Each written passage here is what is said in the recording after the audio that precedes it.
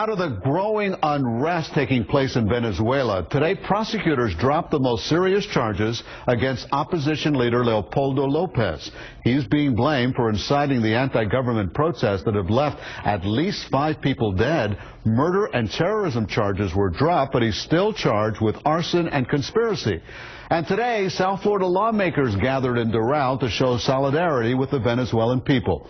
CBS4's Lauren Pastrana is live in Doral with more on that. Lauren? Elliot, today, Congresswoman Ileana Ros-Lehtinen and Congressman Mario Diaz-Balart both agreed more needs to be done to stop the violence in Venezuela. They say by instituting penalties against the regime there. Today, they stood alongside local Venezuelans who may be 1,600 or so miles from their homeland, but they are united with their countrymen in spirit. We don't want another Syria in Venezuela. We don't want more blood. South Florida Venezuelans and local lawmakers stand in solidarity with those protesting the socialist regime led by Venezuelan President Nicolas Maduro. Why is the so deafening from leaders of our own hemisphere about the brutality of the Maduro regime against peaceful demonstrators? The violence stretched through the week as security forces and demonstrators clashed in the streets. The protesters, many of them students, blame the government for crime, inflation, and product shortages in the country. Peaceful rallies have been held from Weston to downtown Miami this week.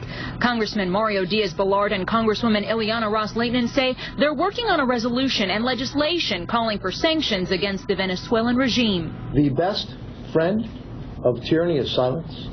We cannot remain silent. On Thursday, Senator Marco Rubio released a lengthy statement which said in part the administration should use every diplomatic means necessary to draw attention to the courageous efforts of Venezuelans, the cowardice of Maduro's government, and impose sanctions on those planning and actively participating in repressive and violent acts. His Republican congressional colleagues echo his sentiments. In the struggle for freedom, where the state uses violence to harm its people, neutrality is not an option.